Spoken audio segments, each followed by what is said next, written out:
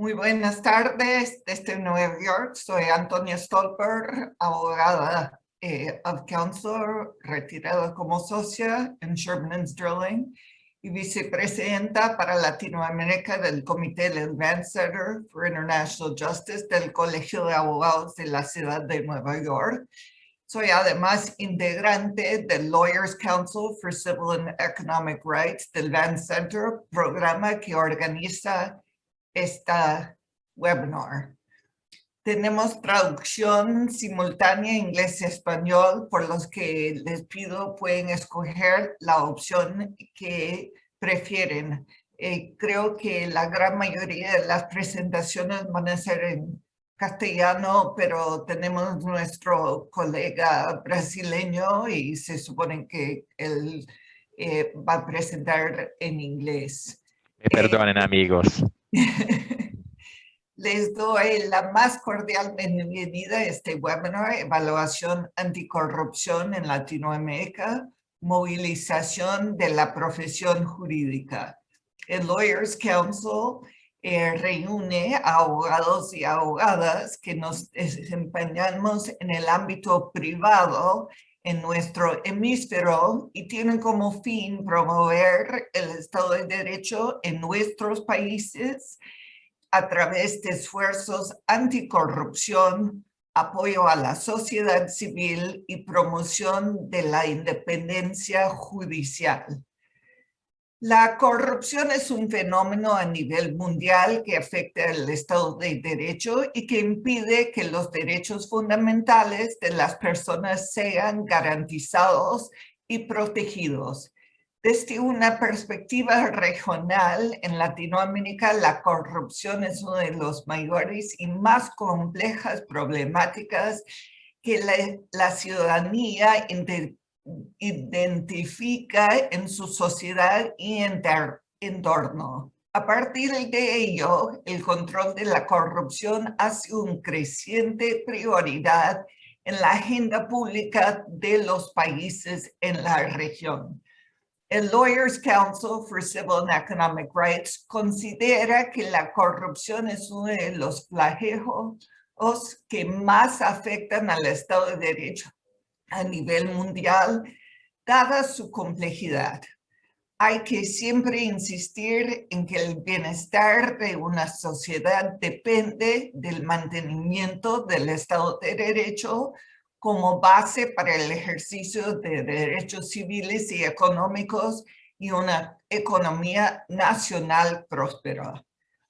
En la ausencia de garantías legales, tanto el desarrollo económico como el ejercicio de los derechos humanos se ven perjudicados y pueden deteriorarse. Las violaciones de derechos humanos, la impunidad, la violencia y la inseguridad florecen en un sistema corrupto.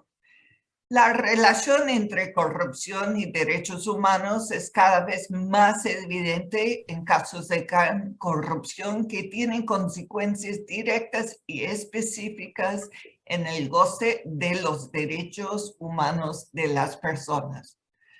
Con este contexto, en el mes de mayo ya este año, publicamos la Evaluación Anticorrupción en Latinoamérica 2020. Este es un estudio regional para Argentina, Brasil, Chile, Colombia, Guatemala, México, Panamá y Perú, que mapea los esfuerzos legales para prevenir y combatir la corrupción. El link a esta publicación está apareciendo en el chat. Tenemos la intención de añadir países y además actualizar nuestros hallazgos de forma anual. Este estudio se enfoca en los esfuerzos para prevenir, investigar y sancionar la corrupción desde el punto de vista de abogados y abogadas dedicados a la práctica anticorrupción de diversos sectores, incluidos despachos de abogados, empresas académicas, organizaciones de la sociedad civil, defensores de derechos humanos, entre otros. Este estudio aborda por cada uno de los países analizados aspectos muy relevantes para la lucha anticorrupción y la información obtenida se dividió en 3 categorías: legislación, implementación y autoridades. Esta división es la que seguimos esta tarde para discutir los principales hallazgos y retos para la lucha anticorrupción de la región. Antes de eso, tenemos el gran honor de contar con la distinguida presencia de 2 personas de alto nivel del gobierno del presidente Joe Biden, expertas en la región y que nos darán un mensaje inicial. Tengo el gusto de presentar en primer lugar la embajadora Julissa Reynoso, que era miembro de nuestro comité en el Vance Center antes de regresar al gobierno. Ella es asistente del presidente, jefa de la oficina de la doctora Jill Biden y copresidenta del Consejo de Política de Género de la Casa Blanca de los Estados Unidos. Fue embajadora de los Estados Unidos en Uruguay y también se desempeñó como subsecretaria adjunta del Departamento del Estado en la Oficina de Asuntos del Hemisferio Occidental. Es ex socia de los bufetes de abogados internacionales Winston Strong y Chadbourne Park en Nueva York. Y ha sido docente en la Escuela de Derecho y la Escuela de Asuntos Públicos e Internacionales de la Universidad de Columbia. Muchas gracias, embajadora, por estar aquí. A sus órdenes. Gracias, Antonia, y gracias a todos. Y más importante que todo ese perfil, lo más importante de mi historia es que fui asociada de verano de Antonia hace ya más de 20 y pico de años. My first lawyer boss, Antonia. So I owe you my career. Well, I think I'm going to do this in English. Why not, right? Keep it interesting. We think Ricardo and I are going to tag team a little bit here. We just want to, well, first of all, thank you to the Vance Center and the Lawyers Council and the host of law firms and private bar members who are involved in this discussion. This is such an urgent discussion for all of us as members of the legal profession, but also just as citizens of the Americas. As a member of the team here at the White House, so working closely with my friends and colleagues and former colleagues at the State Department and hopefully future colleagues at the State Department, this issue of the rule of law and combating corruption and ensuring strength in institutions is key for our long-term relationship with the region, but also to ensure that we are properly involved as governments and as diplomats, as officials in the evolution and the improvement of the bilateral work that we do between the United States and the host of countries in Latin America. The report, and I had I was able to review the assessment. It was so useful to really understand what has been done in the countries that were identified and what things have worked. There has obviously been substantial amount of progress in many countries, including the United States itself. By the way, we have also made substantial progress in ensuring that we have a proper strong institutions. But as you all know, as we have seen, we too have progress in our future, and we still have to work on our own system to ensure that they continue to become stronger. So as a partner of the Americas and Latin America and the Caribbean nations, we are obviously very mindful of the things that need to be done, that have been done over the last decades to improve the institutional kind of integrity of all the legal branches and the institutions and components of the world of the law that we all know so well as lawyers. Looking at the assessment, we can see there has been a great deal of work, and it's incredibly useful to see that distinct points of improvement that that both the government and the private sector can focus on to ensure that countries continue to do better. As a partner nation to the Americas, obviously the United States has invested significant resources, both in terms of assistance to human capital and know-how and political capital in pushing forward and ensuring that the countries of the region are succeeding in strengthening their institutions and the rule of law. This administration in particular, with President Biden, the history he's had in working with the region and the interests and priority he gives Latin America and the Caribbean has made the rule of law issues and anti-corruption a priority.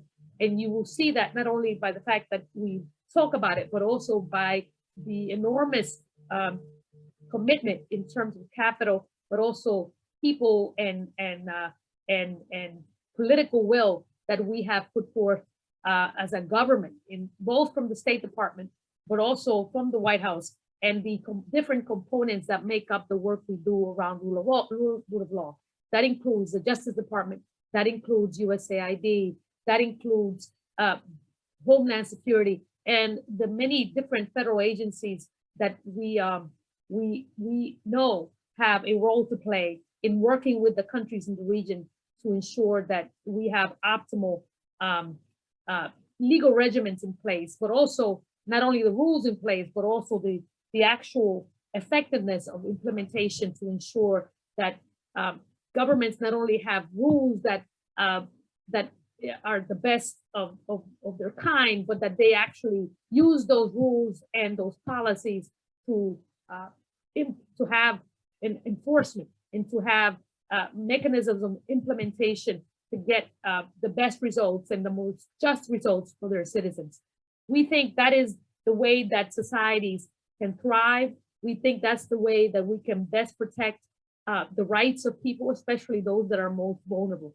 And that is the way that the economies can be most competitive, and that we as partners of the region, as a country that has so much vested interest in ensuring that Latin America and the Caribbean and the countries in the assessment do well.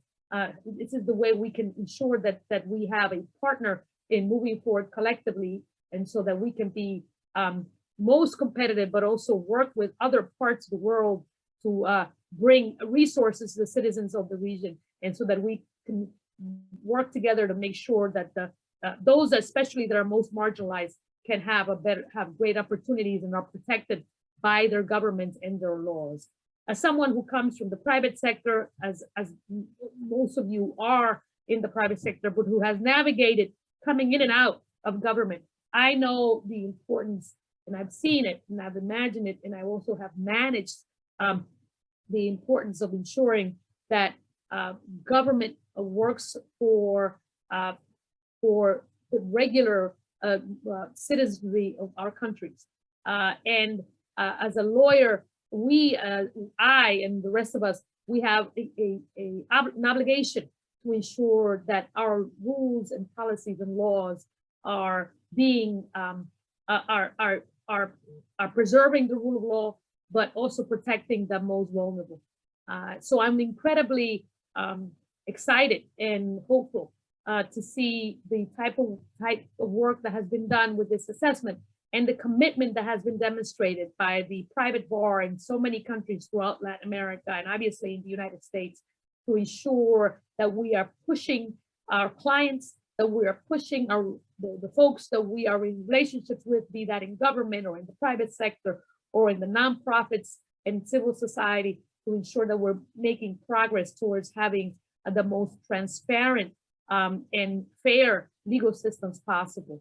So thank you for giving me the opportunity to be part of this discussion. I'm going to pass it over to Ricardo Zuniga, who is my friend, most importantly, but a colleague at the State Department, who is the special envoy from the State Department to Central America, the Northern Triangle in particular. As you can imagine, he has a lot of work, and he will provide more detail about why we care about these issues and why our efforts are urgent, especially in places like the countries of Central America, and how we need your help to succeed. So Ricardo, and by the way, at 6:30, I actually have another meeting, but I do want to thank you for having me be part of this, and thank you to Jaime and the Van Center and all my former colleagues for keeping me still in the loop. And I look forward to coming back at some point in the future and continuing this fight with you from the private sector. So Ricardo. Very good. Antonia, I didn't want to jump in front of you. I was going to. Mil gracias, embajadora. Many thanks, Ambassador Reynoso.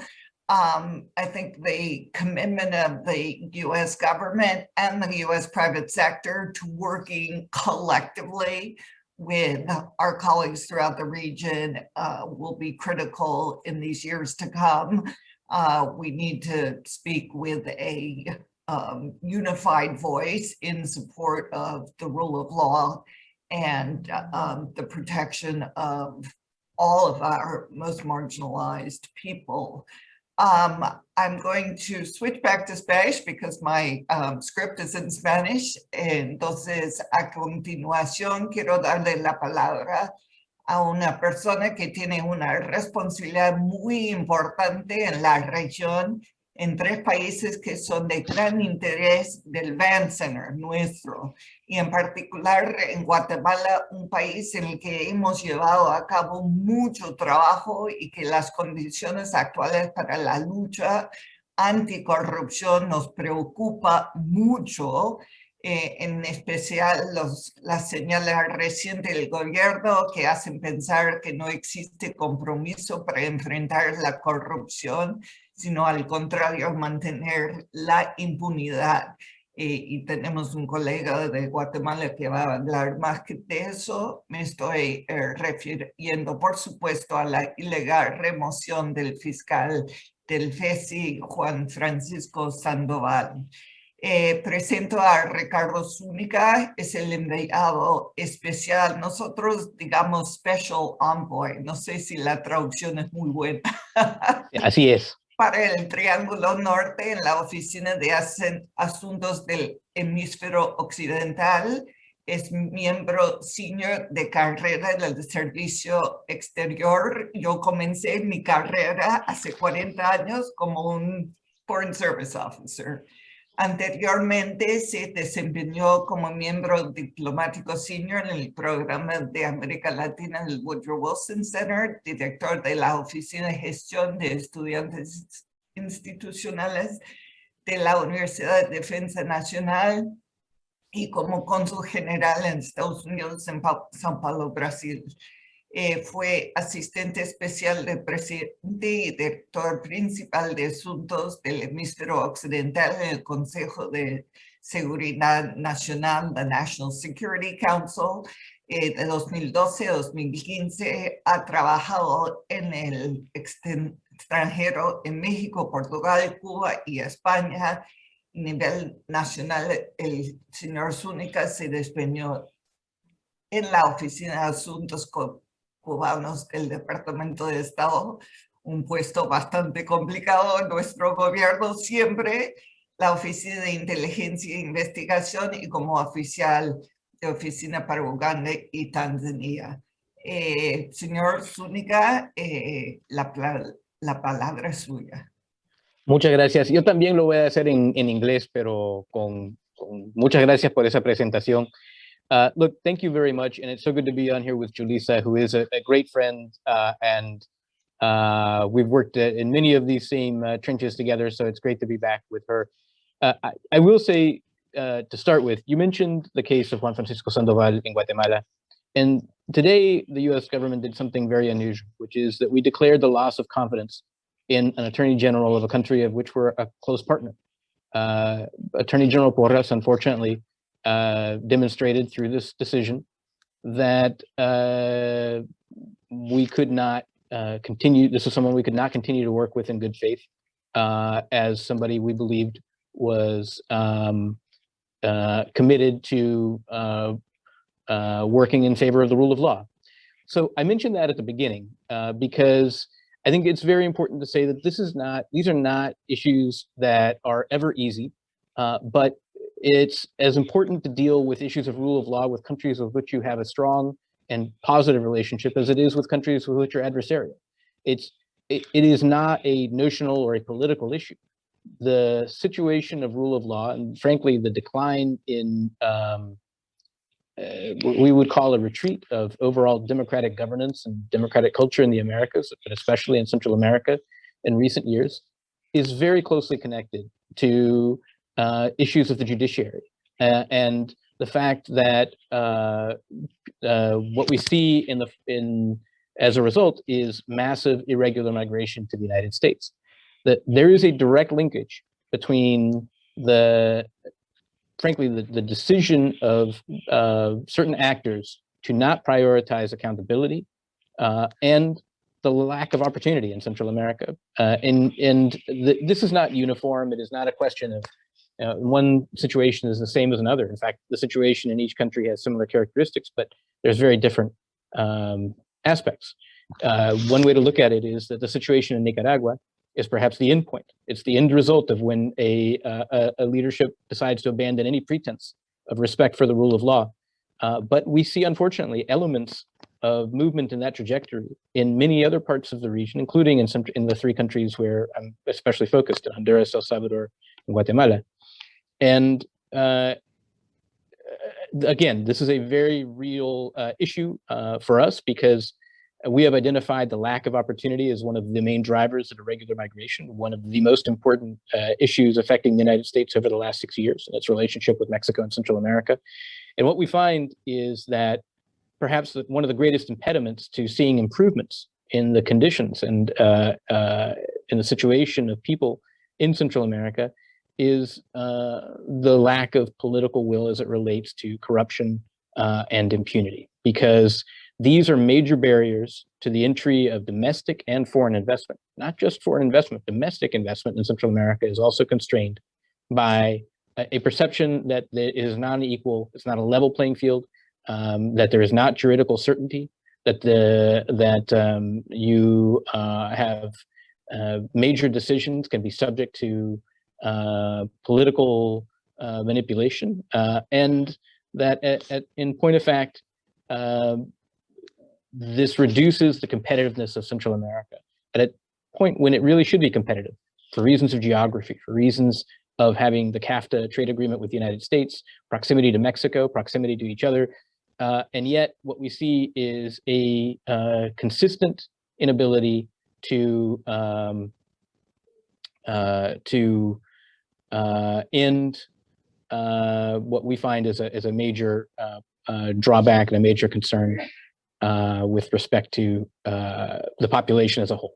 So lack of opportunity is linked to questions of governance, questions of lack of faith in the political classes. There were certainly very diverse views regarding the anti-impunity missions of the UN and the OAS, and CICIG in Guatemala, MAXI in Honduras, CCS in El Salvador. But in each case, they did actually make progress in identifying cases of corruption and addressing impunity. The most important point I want to make here is that the international community did not come in and make those moves on its own. They were supporting local actors. The local will does exist. Local capacity does exist. The role of the United States and others in the international community really is to provide cover and to work with those who are dedicated to the rule of law. So that's that is our view, that if the solution to irregular migration stems in the creation of greater opportunities and jobs in Central America, and the way to clear the path for that kind of investment and action by the private sector is to ensure that there is judicial certainty, that there is rule of law, and that citizens can believe that their government is going to deliver justice when that's required.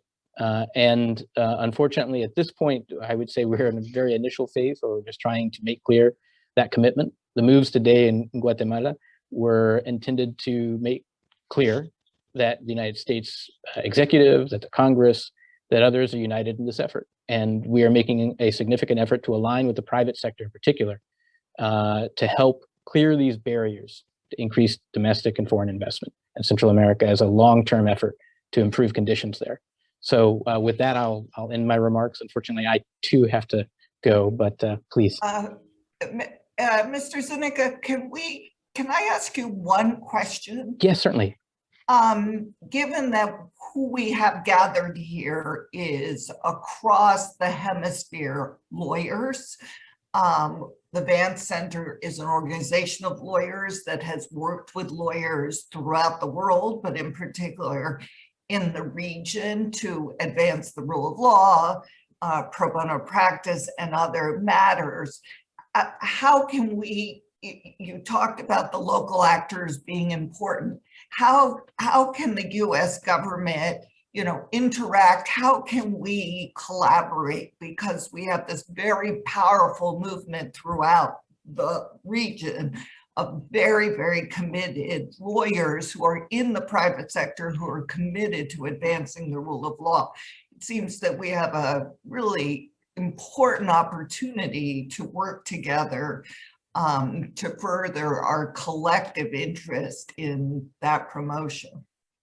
Well, we would very much like to work with you with this group, because our interest is in building a large coalition, as large a coalition as we possibly can, to be together on the same side in support of precisely this, that what we're trying to do is simply meet the basic needs and the basic demands of publics across the region. So I certainly am very happy to be a point of contact and seeing what we can do to expand that collaboration, echoing each other's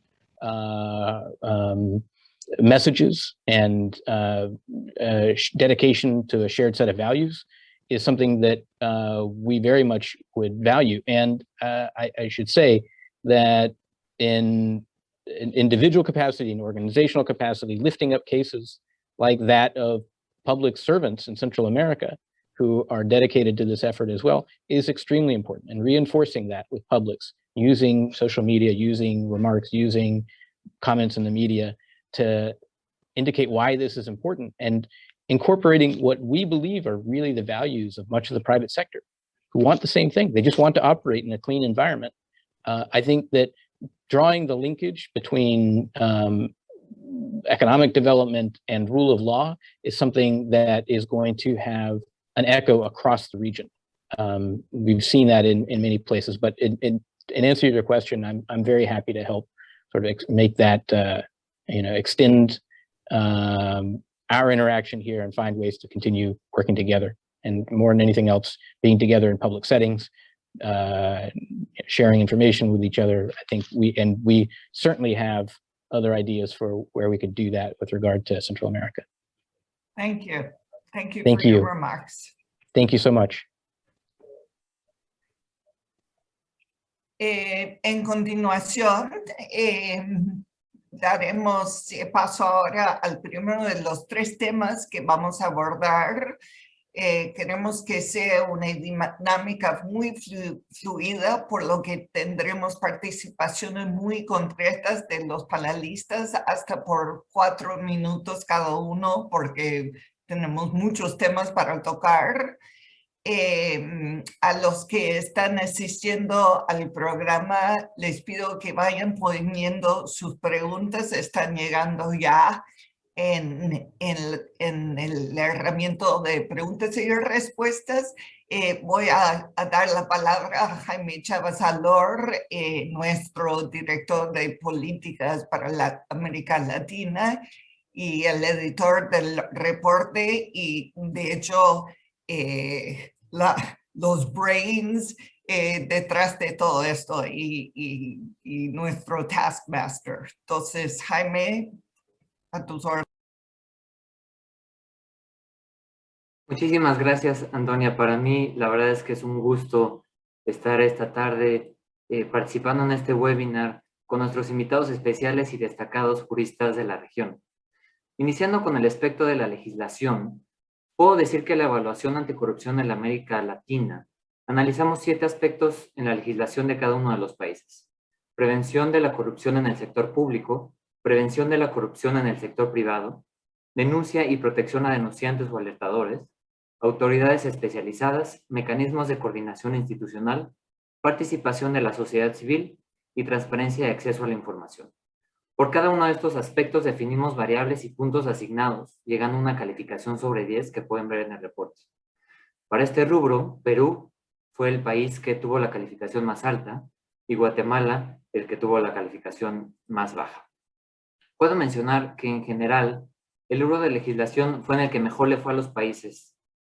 Solo Panamá y Guatemala tuvieron una calificación menor a 6, pero el resto de los países tuvieron una calificación mayor a 8. El Perú y México tuvieron las mejores calificaciones. Es posible afirmar que en general los países evaluados de la región han hecho un esfuerzo legislativo importante para contar con herramientas para la lucha anticorrupción. Sin embargo, en la mayoría de los países se concentra en sancionar desde el derecho penal y una menor regulación se orienta hacia el derecho administrativo y al derecho civil, particularmente cuanto hace a la posibilidad de reparar los daños por corrupción. Además, la legislación para prevenir la corrupción en el sector público y privado son insuficientes.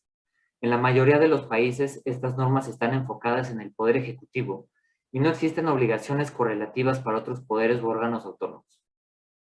Con excepción de México, porque ahí las reglas aplican para todos los servidores públicos de todos los poderes y niveles de gobierno. Respecto a los esfuerzos para prevenir la corrupción en el sector privado, la mayoría de los países tienen una regulación que incentiva el contar con programas de cumplimiento. Sin embargo, no son obligatorios y salvo en un caso, no existen guías para su cumplimiento y verificación. De igual manera, las normas que prevén los mecanismos de coordinación institucional y los incentivos para denunciar son inexistentes o mínimos, siendo factores estos muy relevantes para la lucha anticorrupción.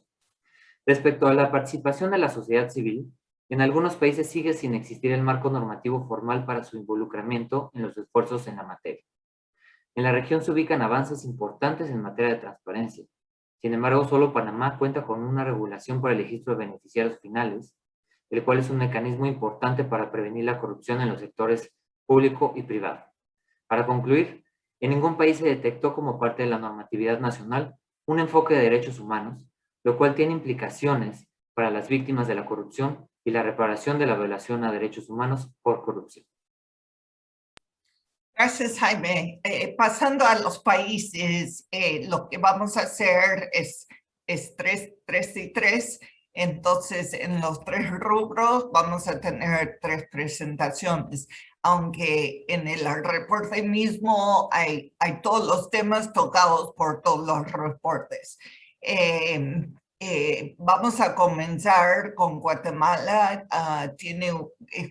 Como hemos escuchado, Guatemala sigue como un tema bastante complicado. Le pido a Alfonso Carrillo, socio fundador de Carrillo Asociados en Guatemala y integrante del Lawyers Council, puede hablar sobre la falta de legislación y cómo afecta la lucha contra la corrupción en Guatemala. Alfonso. Antonio, buenas tardes. Buenas tardes a todos. Podríamos hablar de algunas reformas como la carrera judicial, fortalecer las sanciones contra los administradores de la justicia, la ley del servicio civil y muchas más.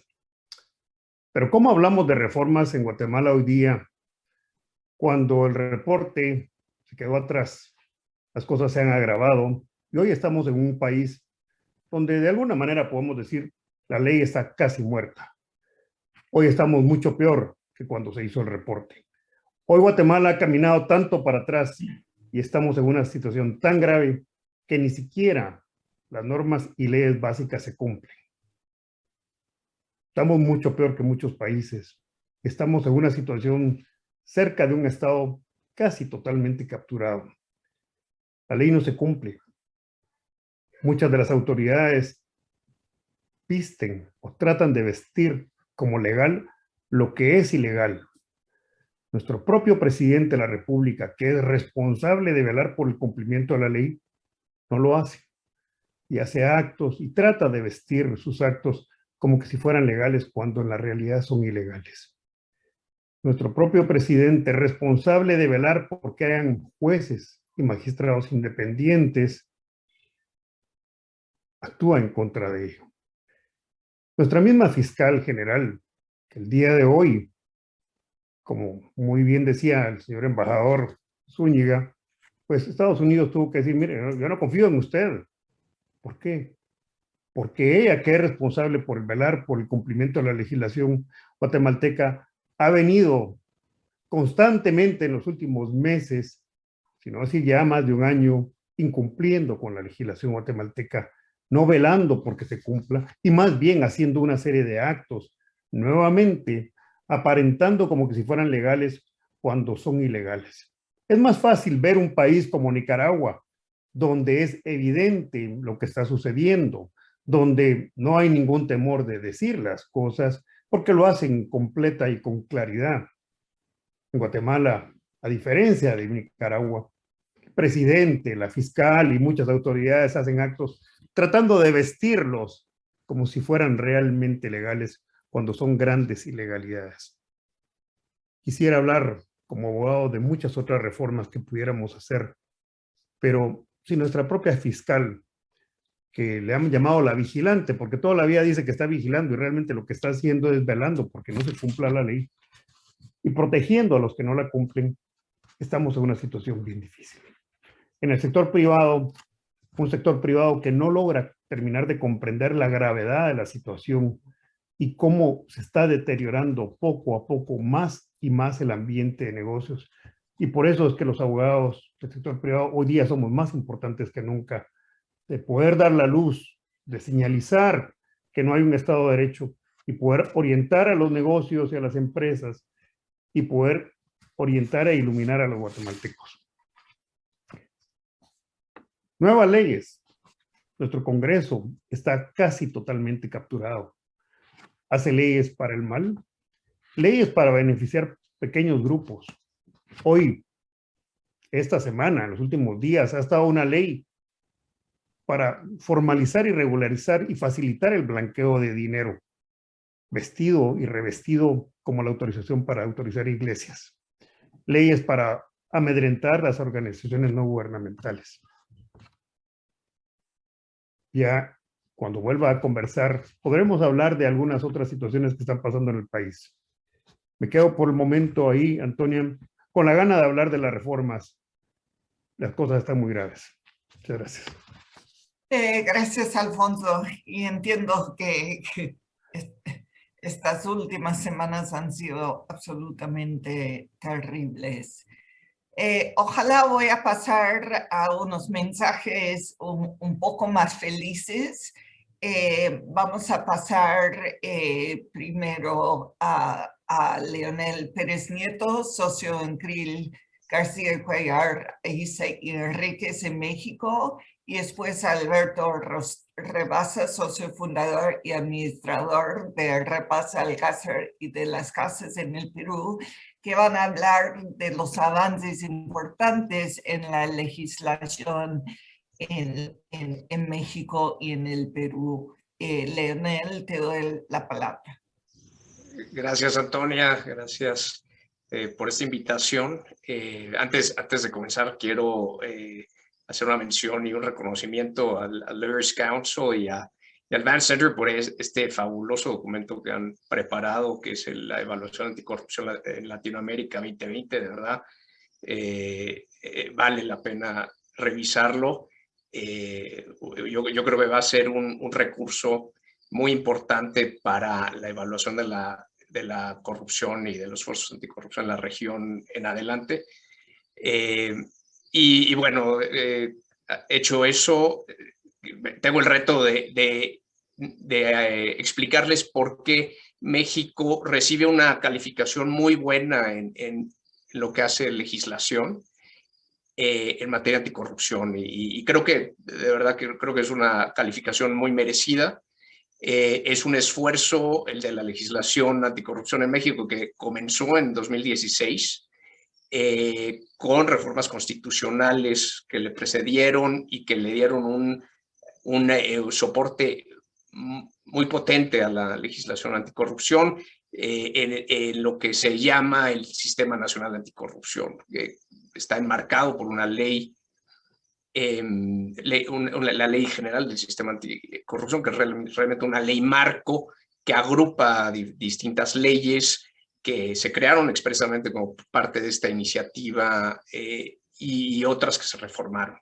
Y que tiene además un poder de coordinación muy potente porque prevé instancias donde se reúnen los diversos poderes del Estado, el poder ejecutivo, el legislativo y el judicial, y a la sociedad civil. Entonces, ese potencial que tiene la ley del Sistema Nacional Anticorrupción es sin duda potente, y potente también la previsión de una plataforma digital que puede, que si se desarrolla a su máxima capacidad puede ser un recurso fabuloso, sobre todo para el combate de un mal que, como todos sabemos, es muy difícil de probar, y donde la tecnología y la posibilidad de dar con instancias o con las instancias donde se está dando la corrupción a través de datos, pues es fundamental, ¿no?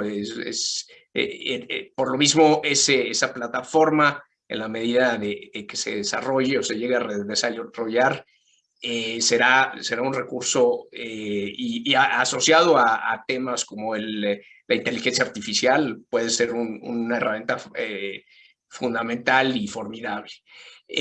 Tenemos también una ley que forma parte de toda esta legislación que es muy interesante. Creo que va mucho a lo que mencionaba el enviado especial Zúñiga, es derivada de una iniciativa de la sociedad civil, de una iniciativa ciudadana, entró en vigor en 2017 y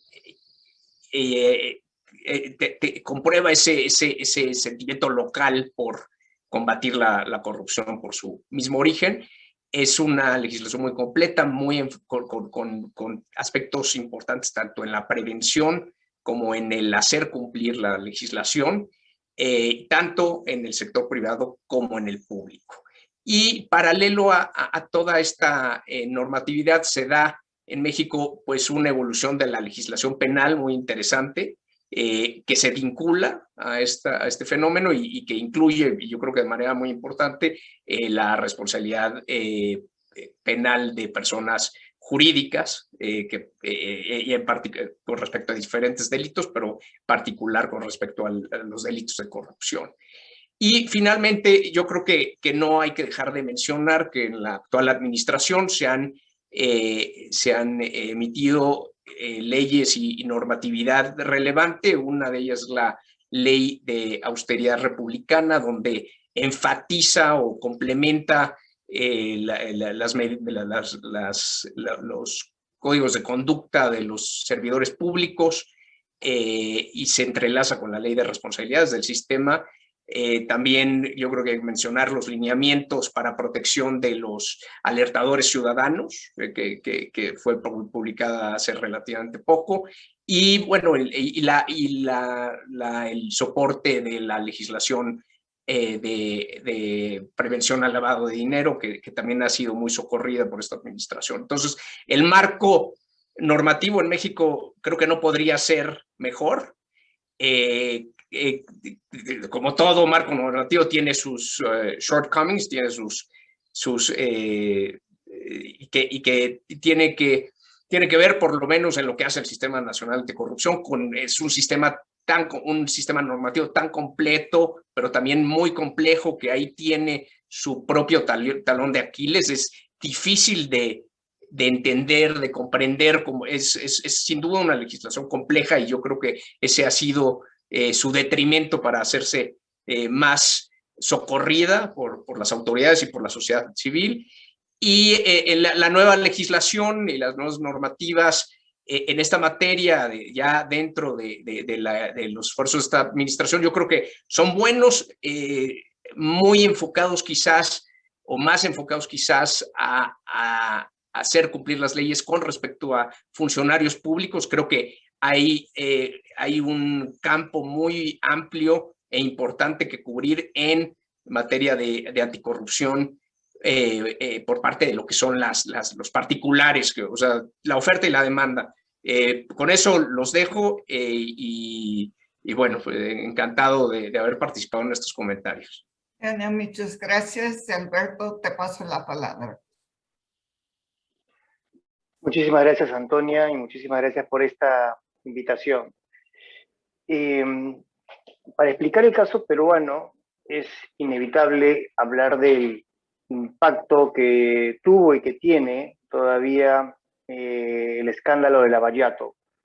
Perú, creo que muy pegado a Brasil, son los países que han recibido un mayor impacto con respecto a las consecuencias del Lavallato. En el Perú, las consecuencias políticas, el desprestigio empresarial generado por el escándalo de Lavallato, buena parte de la desaceleración económica del país los últimos años es como consecuencia de la caída de la inversión de infraestructura, consecuencia del escándalo de Lavallato, y claramente una crisis social vinculada a lo que mencionaba anteriormente, que es el descrédito de la clase empresarial y del sector privado como consecuencia de este escándalo.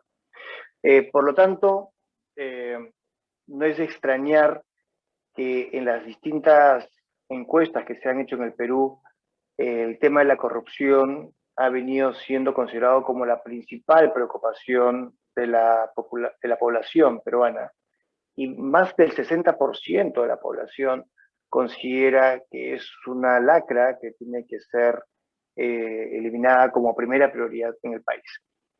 Y creo que de esa forma se explica el hecho de que tengamos hoy por hoy en el Perú una legislación que haya sido considerada en esta investigación que se hizo por el Van Center como una de las legislaciones más sólidas de la región. Por un lado, tenemos efectivamente la ley de responsabilidad penal administrativa de las empresas, que son, digamos, un nivel de exigibilidad y de presión para las empresas para que tengan que incorporar mecanismos efectivos de compliance a costa de tener consecuencias directas en caso se produzca un caso de corrupción o un caso de los que están incluidos dentro de la ley de responsabilidad penal. Peligro esto, que sean compliance cosméticos, y sobre eso creo que el sector privado cumple un rol muy importante, nosotros los abogados, estableciendo, exigiendo de alguna forma, haciendo hincapié a nuestros clientes que no se trata de un compliance cosmético simplemente para la formalidad, sino que esto es una verdadera necesidad y por lo tanto el estudio, la investigación de los riesgos que las empresas se enfrentan son fundamentales para establecer el régimen de compliance que se necesita y en los mecanismos de monitoreo y de capacitación a la gente para que ese compliance sea efectivo. Lo segundo que ha sido muy importante en términos de legislación ha sido los mecanismos de colaboración eficaz para que las personas involucradas y las empresas involucradas en casos de corrupción puedan pasar por un proceso de colaboración en el que obviamente ayudando, coadyuvando para la administración de justicia puedan tener un tratamiento más benigno de lo que puedan tener en un caso sin colaboración. Y esto es un impulso efectivamente muy importante para todos los esfuerzos de descubrir la verdad con respecto a los casos tan graves que se han venido enfrentando. Una tercera mejora normativa que no es menor es el nuevo Código Procesal Penal, pero yo quisiera resaltar en particular el que los procesos penales sean hoy por hoy en el Perú orales. Y creo que la oralidad del proceso es fundamental. Los procesos judiciales llevados típicamente en Latinoamérica y muy particularmente en el Perú, de papel, es decir, todo bajo documentos escritos, de contestación de escritos y una sentencia escrita y no sustentada oralmente, ni siquiera por el juez. ha sido, creo que, perverso para la sociedad. Hoy en día, con procesos orales, se fortalece, por un lado, la exigencia a la Fiscalía de ser mucho más sólida en sus casos y obviamente la exigencia a los defendidos de tener las pruebas justas, las pruebas necesarias, las pruebas sólidas que se requieren y que no se resuelva esto solamente de papel. Y finalmente, la eliminación de la inmunidad de los parlamentarios en el Perú creo que ha sido también un elemento fundamental para recuperar la confianza en la administración de justicia y que no sean los congresistas jueces de ellos mismos a efectos de evaluar si debe o no debe levantarse la inmunidad parlamentaria. En consecuencia, como ven, las mejoras en esta lucha anticorrupción son muy importantes y creo que algo fundamental es ahí donde Perú no recibe la calificación similar a la de la legislación, es en el enforcement de la ley. No es suficiente tener buenas leyes, no es suficiente tener buena reglamentación, hay que asegurarnos que esa ejecución sea también del mismo nivel y de la misma calidad que lo que dicen los textos. Y en esa parte es la tarea del Perú. Tenemos muchos procedimientos, bueno, como ustedes saben, en el Perú tenemos expresidentes que han estado en la cárcel, tenemos expresidentes que están en este momento bajo procesos de extradición, tenemos casos terribles como un expresidente que inclusive antes de entrar a una prisión preventiva cometió suicidio, pero no tenemos hasta ahora procesos terminados, no tenemos hasta ahora condenas definitivas, y eso es una parte negativa de la situación actual, y sobre eso creo que es importante también enfocar la atención en los esfuerzos anticorrupción, no solamente la ley, sino también el esfuerzo. Mil gracias, Alberto. Leonel, es un punto fundamental que las leyes son la base, pero no resulte necesariamente en resultados. Jaime va a introducir la segunda parte de la presentación. Jaime. Muchas gracias, Antonia. Esta categoría, que es la categoría de autoridades, la segunda parte de los aspectos principales que se evaluaron, tenemos dos cuestiones que fueron principalmente analizadas. Una es la independencia de las autoridades anticorrupción y dos, la capacidad institucional respecto a la efectividad de su actuar. Respecto a las calificaciones en esta categoría de autoridades, llama la atención que Chile fue el único país con una calificación aprobatoria de 7.5 y la calificación de los demás países fue menor a 6. Argentina con 5.5 llegando a 3.6 en Guatemala. Respecto a la capacidad institucional de las autoridades encargadas de prevenir, investigar y sancionar la corrupción, se identificaron debilidades importantes en instituciones y en personas servidores públicos que la integran, incluyendo ministerios públicos, jueces y otras autoridades administrativas. Entre estas debilidades están la falta de recursos financieros y humanos, falta de capacitación y falta de herramientas tecnológicas para llevar a cabo las funciones de forma adecuada. Aquí es importante mencionar que aunque en algunos países las autoridades encargadas de la lucha anticorrupción son autónomas conforme a la ley o tienen cierto grado de autonomía en su actuar, la realidad es que no ha habido voluntad política en la mayoría de los casos para que exista una verdadera autonomía. En la mayoría de los países es muy preocupante esta falta de independencia de autoridades administrativas, poderes judiciales y ministerios públicos. Desafortunadamente, en muchos países, las y los abogados mencionaron que existe influencia política en estas instituciones, utilizando la bandera anticorrupción para una justicia o impunidad selectiva. En algunos países se identificaron logros que se atribuyen a personas o servidores públicos en lo particular, lo cual también es preocupante, no solo porque estas personas se han convertido en víctimas de ataques, sino porque la institución queda vulnerable ante la falta de estas personas. Por poner unos ejemplos de los más evidentes en un país de la región, que es Guatemala, tenemos al ex fiscal que ya se mencionó, Juan Francisco Sandoval, tenemos a la jueza Erika Ifán tenemos otros jueces integrantes de la Asociación Guatemalteca de Jueces por la Integridad, solo por mencionar algunos. Quiero destacar finalmente que se puede detectar una discrepancia importante en las calificaciones que tienen algunos países en la categoría legislación con la calificación que tienen en la categoría autoridades, justamente por esta cuestión que ya comentaba Alberto Regaza sobre la importancia de que no se quede solo en el papel. Y un ejemplo, México, o más bien, dos ejemplos. México tiene el segundo lugar en la categoría legislación, pero tiene el antepenúltimo lugar en autoridades, solo por encima de Guatemala y Panamá. Dejando claro que tener una legislación aprobada no es suficiente si no se trabaja en la institucionalidad y en el fortalecimiento de las autoridades. Por otro lado, Chile está en el cuarto lugar de calificación en legislación, mientras que se encuentra en el primer lugar en autoridades. Gracias, Jaime. Creo que el punto es fundamental y vamos a repasar en el sistema la experiencia de Argentina por Ignacio Mediolaro, socio fundador de MVP, Partners Abogados en Argentina. Después va a regresar Alfonso Carrillo hablando de la situación tan seria en Guatemala, que ahora es aún más seria.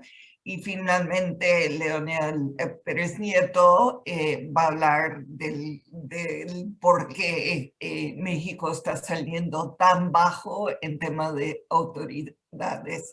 Les pido a cada uno de ustedes que hacen su handover directamente, aunque yo voy a aparecer en la pantalla para que sepan que hay que cerrar. Ignacio, te paso la palabra. Antonia, muchas gracias, y bueno, muchas gracias al Van Center y a Jaime por convocarnos en colaborar en este informe que también compartía, como decía nuestro colega, quedó un informe excelente. Invitamos también a todos a revisarlo y ver sus resultados sobre la región. Yo creo que este punto sobre autoridades y sobre todo la función o el rol del Poder Judicial en atender causas que tienen que ver con corrupción y también otras causas, ¿no? Porque digamos, el rol del Poder Judicial no se va a limitar en causas de corrupción. Me parece que es un desafío en todos los sistemas republicanos mundiales, pero particularmente tiene alguna relevancia en Latinoamérica, ¿no? Argentina es un gran ejemplo donde, tal como lo demuestra este informe en el que estuvimos trabajando, tiene un buen marco regulatorio en líneas generales, pero tiene algunas deficiencias o puntos de mejoras que tienen que ver con el enforceability o tienen que ver con el rol del Poder Judicial en aplicar ese marco regulatorio.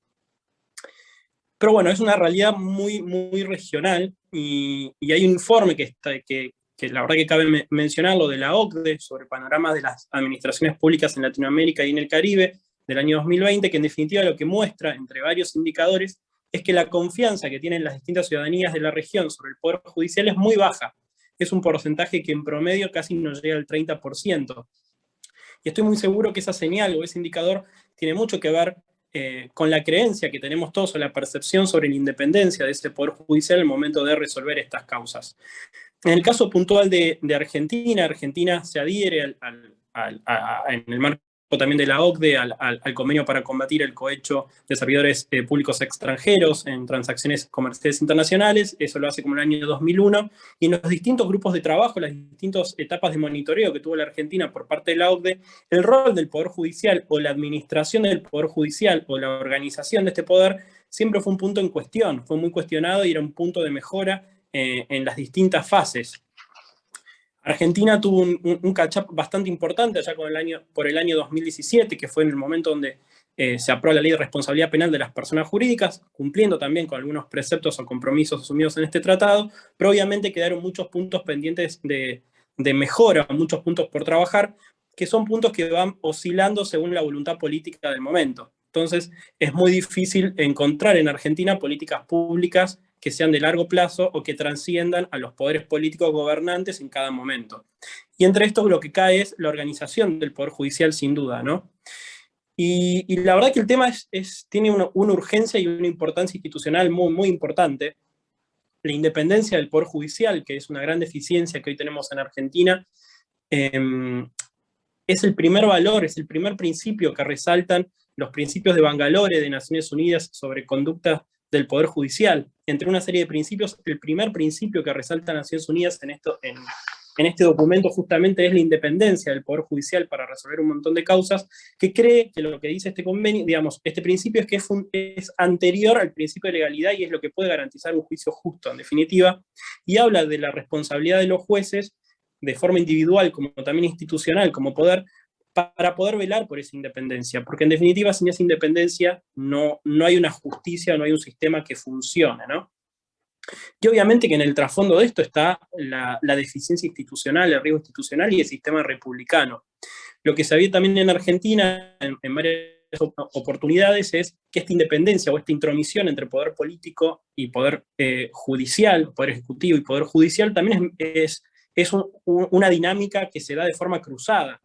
Digamos, se ve un poder político presionando, intrometiéndose en atribuciones del Poder Judicial, pero también se ve un Poder Judicial atendiendo o marcando una agenda política. Es algo bastante común en el país, que asumo que también será una realidad muy regional.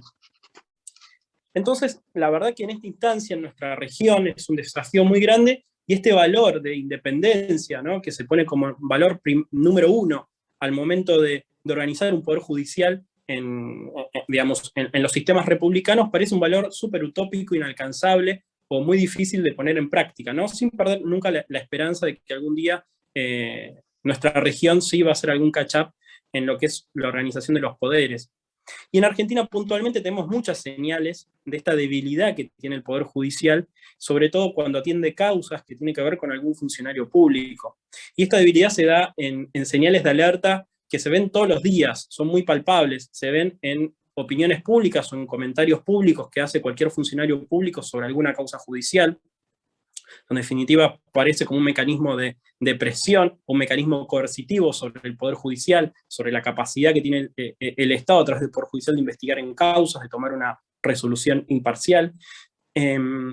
También en los tiempos en los y en la sustentación de los procesos judiciales. Digamos, acá hay cuestiones ya que son muy grotescas, ¿no? Se ven procesos judiciales que son promulgados o iniciados contra funcionarios públicos cuando no son el poder gobernante, pero que luego, cuando hay alguna alternancia del poder político, esas causas terminan en la nada, o esas causas se terminan archivando o absolviendo a todas las partes. Entonces es un juego un poco perverso que se ve reiterado en el tiempo, ¿no? Esto, digo, no tiene bandera política, esto es algo que se da en la Argentina de forma histórica en su democracia. Y también hablando de tiempos, hay ejemplos también muy grotescos y muy duros. Argentina en los años 90 tuvo los dos grandes atentados, uno contra la Embajada de Israel y otro contra la AMIA, la Asociación Mutual Israelí de Argentina. Casos tremendos, atentados de magnitud muy grandes a nivel mundial, en índices mundiales en atentados terroristas. Y desde los 90, o sea, pasaron más de 25 años y son todas causas que son, digamos, casi truncas, ¿no? Donde algunas ni siquiera llegaron a tener una sentencia o tener algún condenado o algún sospechoso, donde en el medio de todo esto hubo mucha intromisión política, hubo mucho también mal manejo judicial o mal manejo fiscal. Entonces tenemos en Argentina un montón de señales muy negativas sobre la organización del Poder Judicial, bueno, digamos, que en definitiva llevan ese resultado de la poca confianza ciudadana y el poco compromiso ciudadano en hacer cumplir las leyes, sobre todo las que son en materia de corrupción o que involucran a funcionarios públicos. Mil gracias, Ignacio. Le paso la palabra a Alfonso Carrillo. Alfonso, ¿estás? Muchas gracias, Antonia. Ahí estás. Muchísimas gracias. Y continuando un poco con la narrativa de lo que conversábamos hace un rato, Guatemala ha tenido un grupo de héroes increíbles, gente, abogados que han estado dispuestos a arriesgar todo, su vida, sus carreras, por la justicia y por hacer el bien. La Fiscalía Especial contra la Impunidad, FESI, liderada por Juan Francisco Sandoval hasta el pasado viernes, hizo un trabajo extraordinario apoyando a CICIG, y después de que CICIG fue expulsada, siguió. Recientemente presentó el caso de comisiones paralelas, que demuestra cómo se ha cooptado el sistema de justicia, un caso de los 122 millones de las maletas que encontraron en la ciudad de la Antigua, ante juicios contra casi la totalidad de miembros de la Corte Suprema de Justicia, antejuicios contra magistrados de la Corte de Constitucionalidad. Realmente un trabajo espectacular.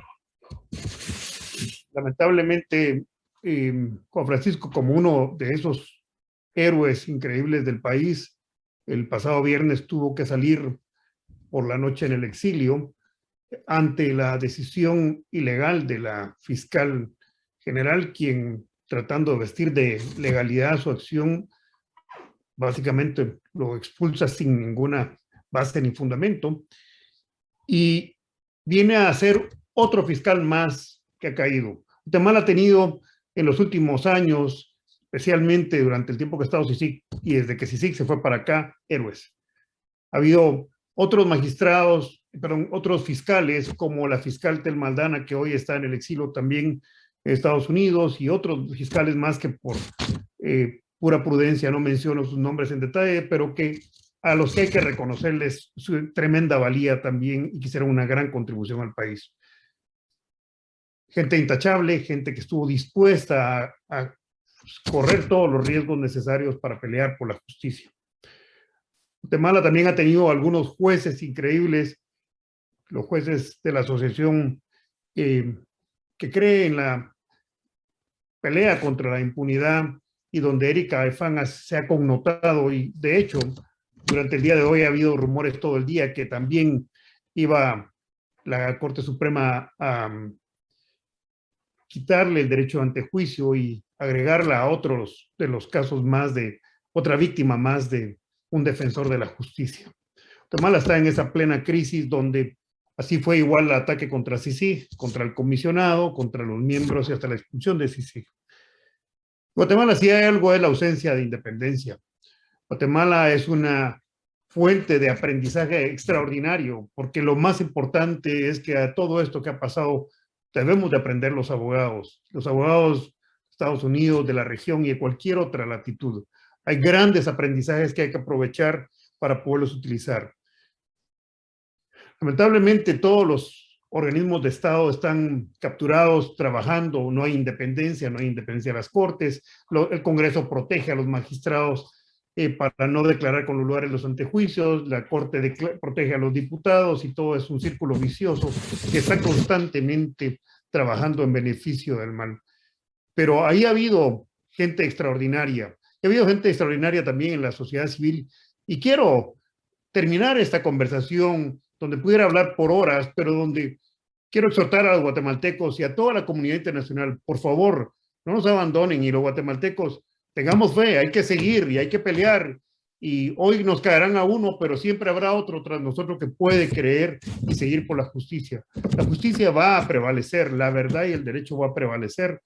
El sector privado tarde o temprano deberá unirse a esta batalla tan importante, porque de eso depende la propiedad privada. La propiedad privada es una ficción del Estado de Derecho. Sin Estado de Derecho no hay propiedad privada, y por eso es que debemos todos trabajar. Los guatemaltecos, los derechos humanos, sin Estado de Derecho no hay derechos humanos, y por eso debemos trabajar todos juntos. Aprendamos de esta gran lección. Guatemala ha tenido gente increíble. Muchísimas gracias, Jaime y Antonia, por esta oportunidad. Colegas, ha sido un privilegio. Muchas gracias. Alfonso, muchas gracias y muchísimas gracias por sus esfuerzos que han sido tan importantes para el país, y siempre sabe que que nosotros estamos ahí luchando y trabajando con ustedes en Guatemala en este entorno. Voy a pasar la palabra a Leonel. Creo que él hizo un poco de preview de los temas mexicanos, pero a tus órdenes, Leonel. Sí, así es, Antonia. Me quedé, yo creo, hablando de un poco los retos que todavía tiene el sistema, de el entorno de normas y procedimientos para combatir la corrupción en México. Las razones, y esto se ve reflejado, como bien anticipaba Jaime, en una baja calificación ya en lo que es la implementación y en las autoridades. Las razones creo que son muchas y múltiples. Desde mi punto de vista, una de ellas, y creo que no es menor, es que no se ha construido, y como bien decías, Antonio, ya lo anticipaba, no se ha construido sobre esta base muy robusta del Sistema Nacional Anticorrupción. Esta administración ha preferido utilizar otros recursos institucionales y legales para su combate a la corrupción. Y entonces, en un país donde pues, las políticas públicas se han manejado de manera muy conservadora, muy austera, donde hay un presupuesto muy limitado, los recursos que podrían estarse destinando a un frente común, digamos, ya articulado, se están desviando y eso no permite, pues, naturalmente, porque los recursos son limitados, un crecimiento en el enforcement. Lo podemos ver, por ejemplo, y lo hacía yo referencia, tenemos la plataforma digital que está prevista por la ley del Sistema Nacional Anticorrupción, pues que tendría grandes posibilidades de desarrollarse, ¿no? Y otra vez usando inteligencia artificial y sobre todo para dar los elementos necesarios de prueba en contra de la corrupción.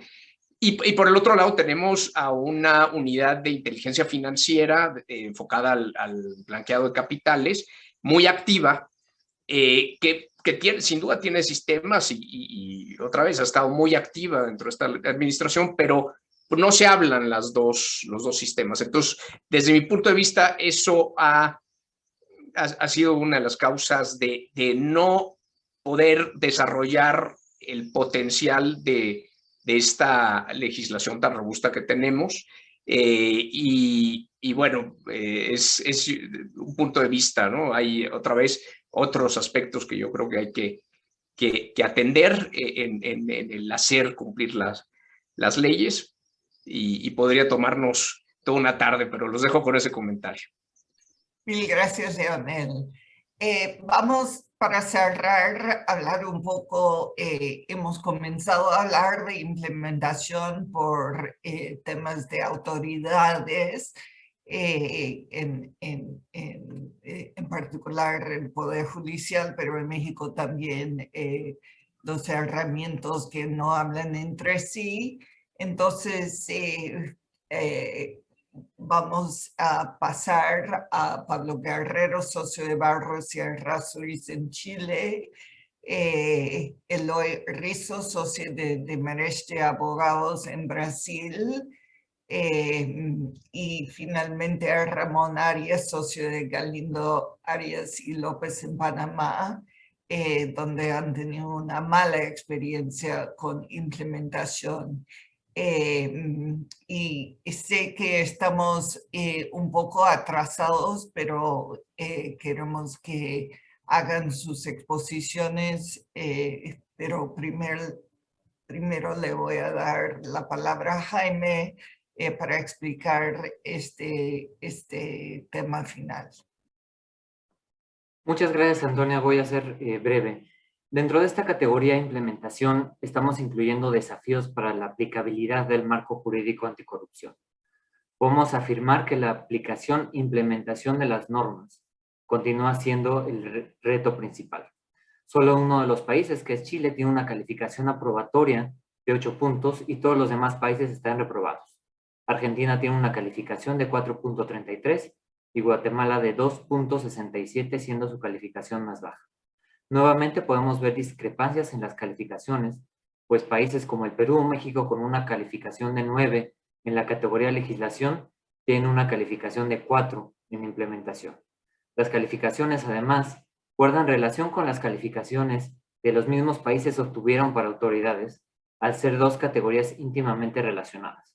Esto deja en evidencia, y ya se ha dicho aquí, que una buena legislación no es suficiente si no se tiene autoridades capaces e independientes que puedan llevar a cabo una implementación adecuada.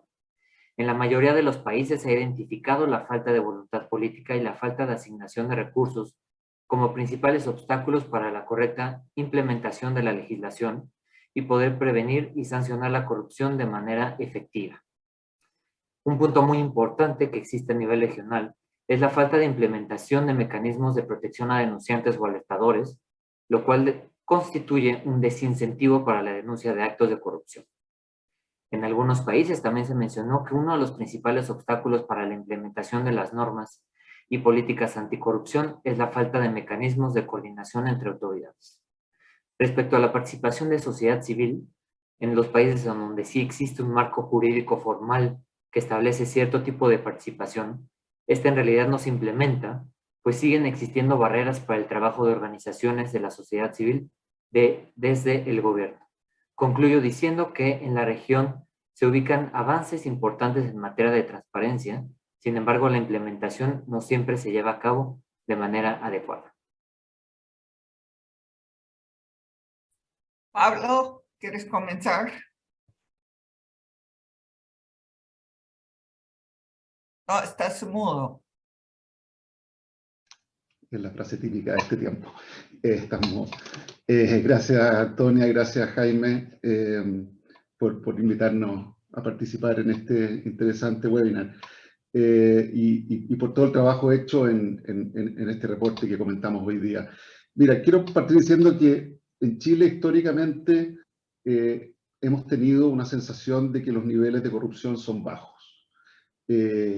No que no exista corrupción, pero que en general no se trata de un fenómeno generalizado y que más bien hay una baja tolerancia a la corrupción, en el sentido de que cuando ésta se sorprende, se descubre, hay una fuerte sanción no solamente legal, sino también social. Ese paradigma que yo creo que cualquier chileno lo ha repetido muchas veces, yo creo que en los últimos años se ha roto. Si bien Chile sigue teniendo una buena ubicación en el índice de percepción de la corrupción que hace todos los años Transparencia Internacional, la verdad es que uno puede ver que desde el año 2014 en adelante nuestro score en esa materia ha ido bajando y no se ve un progreso.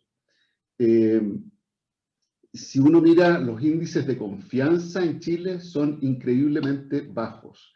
La confianza de los ciudadanos en los poderes públicos, en las empresas, en la Iglesia Católica, en general en las instituciones son de los más bajos, en el caso de Chile que participa de la OECD, lejos los más bajos de la OECD, creo que solo superados en ese sentido por Ucrania, y mucho más bajos que muchos países de la región que normalmente hemos visto como países menos estables o con menores niveles de corrupción. ¿Qué es lo que explica esto? ¿Qué es lo que ha producido este cambio de paradigma? Primero, yo creo que se ha corrido un poco la barrera, el cerco de lo que se considera corrupción en nuestro país.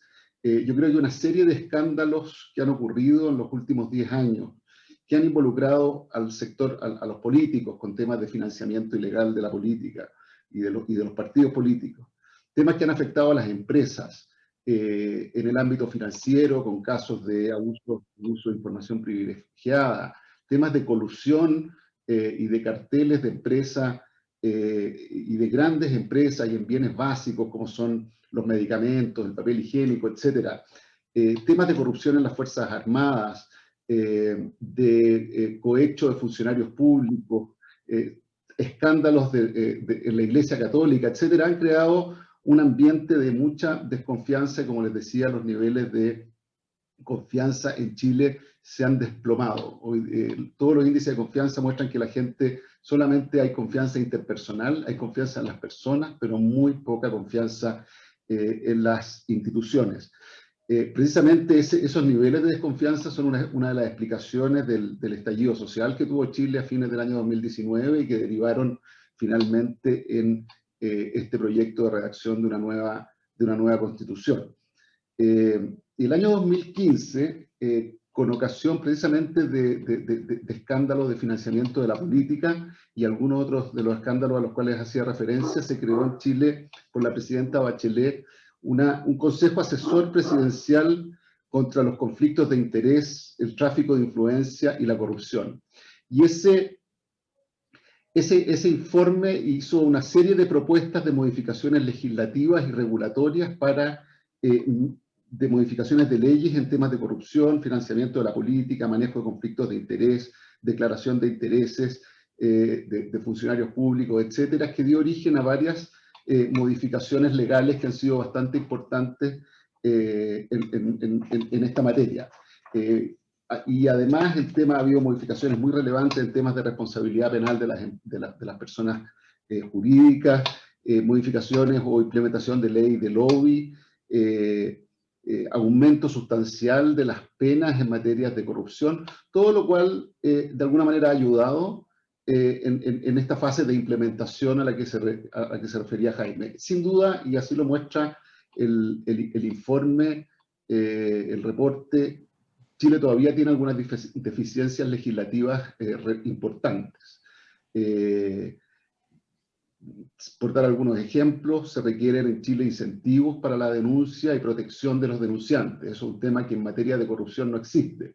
Curiosamente, se acaba de dictar una ley que introduce la figura del denunciante anónimo para ciertos delitos asociados al mercado de valores, al mercado de capitales y financieros, pero no existe una normativa general que proteja a los que denuncian actos de corrupción.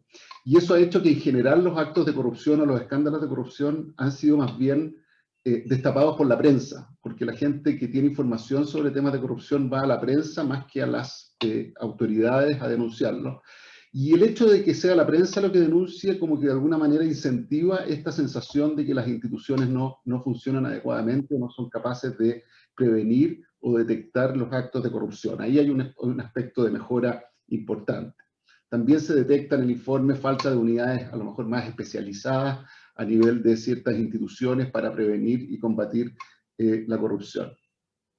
En mi opinión, y voy a terminar porque ya me están avisando que mi tiempo se acaba, creo que una adecuada implementación de una buena legislación, hay países que tienen muy buena legislación pero mala implementación, tiene que ver con tener instituciones encargadas del combate a la corrupción que efectivamente sean autónomas y que tengan poder. Yo creo que en eso Chile ha sido eficiente, desde la Contraloría General de la República, que tiene casi 100 años y que efectivamente sigue siendo una institución muy autónoma, de mucho prestigio y muy independiente del gobierno y muy proba. Paralela a la Contraloría General de la República, que es una institución centenaria, existen otras instituciones en Chile que han cumplido un rol muy importante y que han logrado mantener esa autonomía del poder político y del poder económico. El Ministerio Público, el Consejo para la Transparencia, que es un órgano relativamente nuevo, la Unidad de Análisis Financiero, que tiene por objeto la prevención del lavado de activos y el financiamiento del terrorismo, etc. En lo personal creo que no solamente se requiere una buena legislación, sino que se requiere de autoridades que efectivamente sean autónomas, que tengan poder e independencia. Así que, si bien Chile sale con una nota que parece buena, estamos lejos de tener la batalla contra la corrupción ganada, y desde ese punto de vista todavía tenemos pendiente la creación de una cultura de la probidad, y en eso el sector privado y la abogacía que nosotros representamos creemos que tiene que tener un rol fundamental. Así que muchas gracias. Mil gracias, Pablo. I'm going to send the word over to Eloy Rizzo to talk about Brazil. Estamos un poco atrasados, pero vamos a continuar con todos los presentadores y vamos a cerrar los Q&A. Creo que hemos respondido a la mayoría de las preguntas offline y vamos a hacer un follow-up, pero no queremos que todos se queden hasta la medianoche. Eloy, over to you. Okay. Amigos, perdóname por mi terrible español, voy a cambiar para en inglés. First of all, Antonia and Jaime, thanks much for the invitation. I knew when I learned that I would be speaking with other Latin American lawyers that the 4 minutes each of us would have would be slightly longer than the 4 minutes. I'll try my best to be as fast as possible. It's such a great honor to be here learning about the challenges the other panelists journalists are facing and the fantastic work they have been performing in the fight against corruption in their countries. Initiatives like this, they really give me hope and fuel to keep working. First of all, I was actually surprised with Brazil's score. I honestly believe that Brazil deserved a higher score in the survey. As you all know, from mid-2014 onwards, with the outcome of the car wash probe, we actually have seen a revolution in the fight against corruption in Brazil, with effects in other Latin American countries, as Alfredo actually mentioned during his speech. For example, let me briefly share with you some of the car wash numbers that, at least under my perspective, are enormous. 128 phases of the operation. 981 individuals have been charged. 1,921 down raids have been performed. 244 criminal lawsuits. 219 individuals were convicted, with such convictions confirmed by Court of Appeals. 256 plea bargaining agreements have been executed. 22 leniency agreements with over $4 billion to be returned to the public treasury. And at last, 723 requests for international cooperation. Yes, Brazil is indeed a corrupt country, but I honestly don't believe it is more corrupt than the other Latin American countries that were part of the survey. Under my perspective, the difference between Brazil and the surveyed countries is that with the massive enforcement in the recent years, corruption in Brazil was exposed. Simple as that. I believe the main problem Brazil is facing right now, and the one I wanted to bring to your attention, is basically that the empire is striking back, just like it did in Italy after Operation Mani Puliti in the early 90s. Let me get back to 2018, when Brazilian President Bolsonaro was elected with a strong speech of fighting corruption. Well, his speech did not correspond to his acts. In 2018, prosecutors from the state of Rio de Janeiro launched an investigation against Bolsonaro's son, named Flávio Bolsonaro, in light of the existence of signs that, during the period in which he was a city councillor in Rio de Janeiro, he would have embezzled public funds, illegally pocketing salaries of the employees from his office. After the start of the investigation against his son, President Bolsonaro started acting in the opposite direction of his electoral speech. For instance, in April 2019, Bolsonaro appointed a new general director for the federal police, against the opinion of then Justice Minister Sergio Moro, who afterwards resigned, claiming that Bolsonaro was trying to interfere in the work of the federal police. In addition to that, in September 2019, for the first time in history, Bolsonaro appointed a prosecutor general that was not in the three-name list received from the public prosecutors. And this individual, named Augusto Arras, determined the shutdown of the car wash task force. Yes, the general prosecutor did that. In October 2020, Bolsonaro appointed a new minister for the Supreme Court. He's called Cássio Nunes, and he's contrary to the car wash prosecution methods. Yes, he's contrary to the car wash prosecution methods. And in addition to such Bolsonaro's movements, we have the following situation. There are 27 out of our 81 senators and 106 out of our 513 federal legislations that are currently under criminal investigations. And they have altogether proposed and approved a new legislation opening doors to punish prosecutors and judges who would abuse of their powers.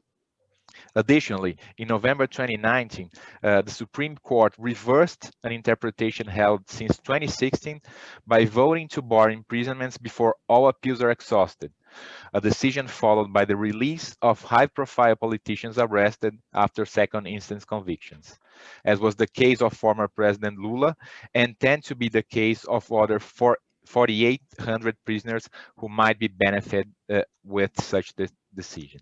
To sum up, I do not believe there's a lack of anti-corruption legislation in Brazil. I think the problem we are facing right now is a coordinated movement from Brazilian authorities to exert some sort of control over the enforcement of anti-corruption legislation in the country. And those are the real problems we're facing at the moment here in Brazil. And this is the reason why I believe the civil society, private sector, and independent press, they have to work all together and pressure Brazilian authorities to make it crystal clear that Brazilian citizens and Latin America at all will not tolerate the recent setbacks in the fight against corruption. Thank you, Eloy. We in the United States understand well what happens when politicians start interfering with corruption investigations, or in our case, people who are in fact convicted get pardoned because they are friends of the president. So we're very sensitive in the US and struggle as well with political interference in the process of implementing what's a perfectly good legal framework. Thank you for that. Le voy a pasar la palabra para la presentación final a Ramón Arias de Panamá, que es un país que ha tenido sus temas. Muchas gracias, Antonia. Muchas gracias, Jaime. Voy por el privilegio que me han dado de ser el último, voy a tratar de ser lo más breve posible. Yo creo que todo lo que han escuchado hasta ahora se repite en Panamá y se repite en casi todos los países. En la evaluación anticorrupción hecha en el 2020, Panamá ocupó la penúltima posición. En la categoría de implementación, de la que estamos hablando, obtuvo su peor puntaje y desde entonces poco ha cambiado. El tiempo de pandemia ha sido aprovechado por el gobierno de Panamá para agravar la situación en vez de mejorarla. Como es usual, se introdujeron algunos proyectos de ley para mejorar la lucha anticorrupción, con muchos anuncios, mucha publicidad, pero casi todos estos proyectos terminaron sin ser aprobados o han sido aprobados, pero sin mayores consecuencias. La discusión y aprobación de nuevas normas legislativas ha servido en estos últimos tiempos como una excusa, como una especie de justificación, y con ello poder evitar lo medular que es una verdadera y auténtica transformación de las instituciones encargadas de la administración de justicia. Me refiero específicamente a los tribunales de justicia y al Ministerio Público. Se trata de entidades muy ineficientes y cuyo triste objetivo se ha convertido en proteger a los delincuentes y corruptos a través de un sistema ineficiente y groseramente formalista. De los retos planteados en la evaluación, me atrevo a decir que no hemos avanzado y que probablemente hemos retrocedido. En el campo internacional, donde ha existido mayor presión a raíz de los Panama Papers, se ha avanzado en términos de legislación e identificación del problema.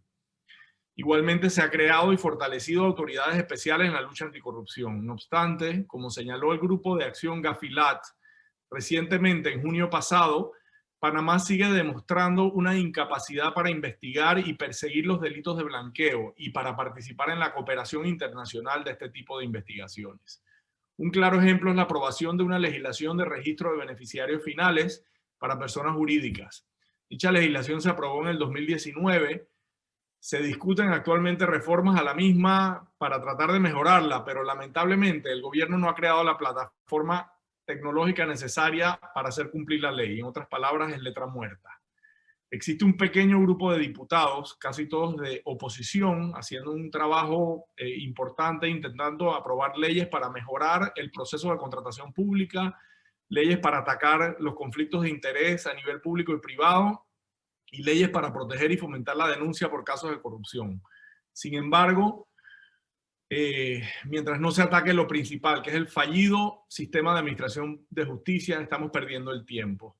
Este sistema de administración de justicia ha sido hábil en buscar protección internacional a través de cooperar con organismos de otros países en la lucha contra el tráfico de drogas, pero a la misma vez fallando en la lucha contra la corrupción. Muchas gracias. Mil gracias, Ramón. Con eso quiero cerrar este programa. Gracias por todos los que han asistido, que han quedado con nosotros. Quiero hacer un agradecimiento fuertísimo a todos los colaboradores por toda la región, a todos ustedes que han presentado esta lucha, digamos, este esfuerzo es algo absolutamente esencial para todos nosotros.